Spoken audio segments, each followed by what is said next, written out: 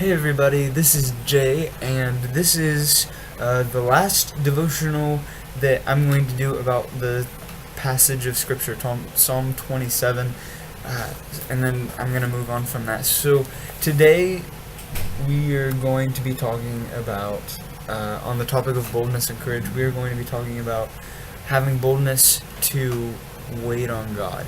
And it seems kind of counterintuitive to like say, basically, it sounds like you're saying boldness to just sit around and not do anything. That's not necessarily what it's saying.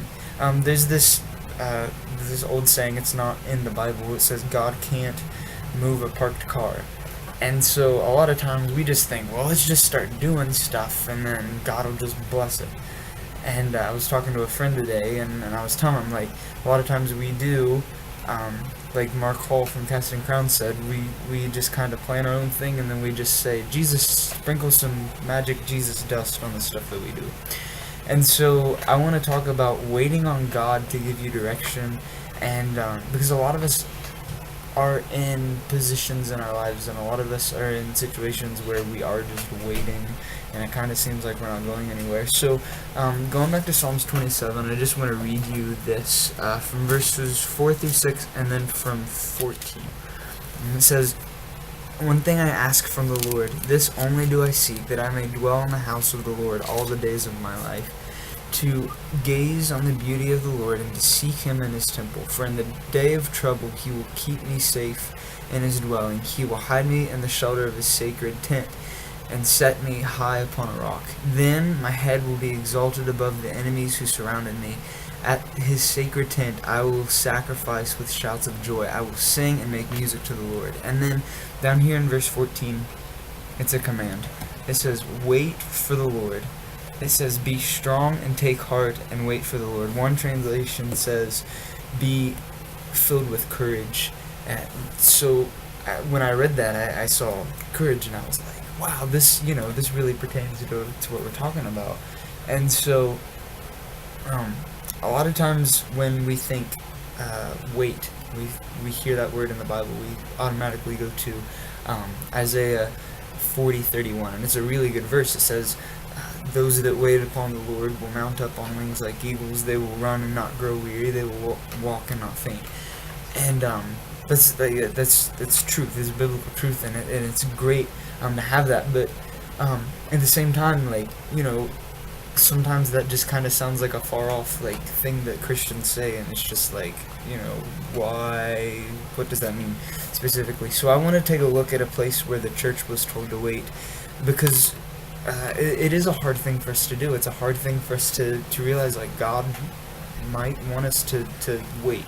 So when Jesus was resurrected, and this is in Acts 1, and it says that on one occasion, while he was eating with them, he gave them this command, right? He says, do this. He says, "Do not leave Jerusalem, but wait for the gift my Father promised, which you have heard me speak about." That's Acts 1:4. And so Jesus says, don't go telling people about me yet. Don't start anything yet. He says, wait on the gift that I have for you. And so they didn't necessarily know what it was going to look like. They didn't know how it was going to come, but they knew that Jesus had told them to wait, so that's what they were going to do. Okay, and so this is the beginning of the church, and the first thing that God has them do is wait. And so if you look later on in chapter 2, it says they were all together in one place. So what they did while they were waiting was they got everyone together, they got everybody on the same page, and then they just started praying and saying, God, do whatever work you want to do in our lives. And so that's the mindset that we need to have. And once they were obedient, they waited when God said wait, and they also were united, and they were seeking God. That's when he began to do amazing things and began to change what was going on in their situation, and that's when the Spirit came. And that was,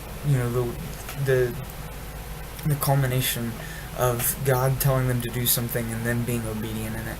And so if I just want to encourage you, like if you are in a situation where you just feel like God is saying wait, it can be really frustrating. But just realize that um, that you need to be growing your relationship with God, and you need to have people to support you too at the same time, um, and just trust that God will He will move your life in a direction that it needs to go and that He wants it to go, and that will glorify Him.